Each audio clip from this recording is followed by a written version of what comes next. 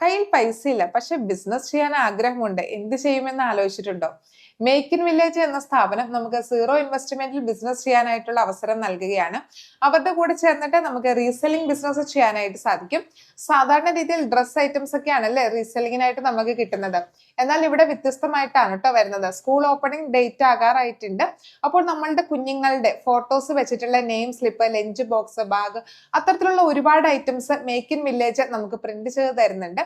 അപ്പോൾ നമുക്ക് അവർ തരുന്ന പ്രൈസിനേക്കാളും കൂട്ടിയിട്ടിട്ട് നമുക്ക് ഈ പ്രോഡക്റ്റ് മാർക്കറ്റ് ചെയ്യാനായിട്ട് സാധിക്കും.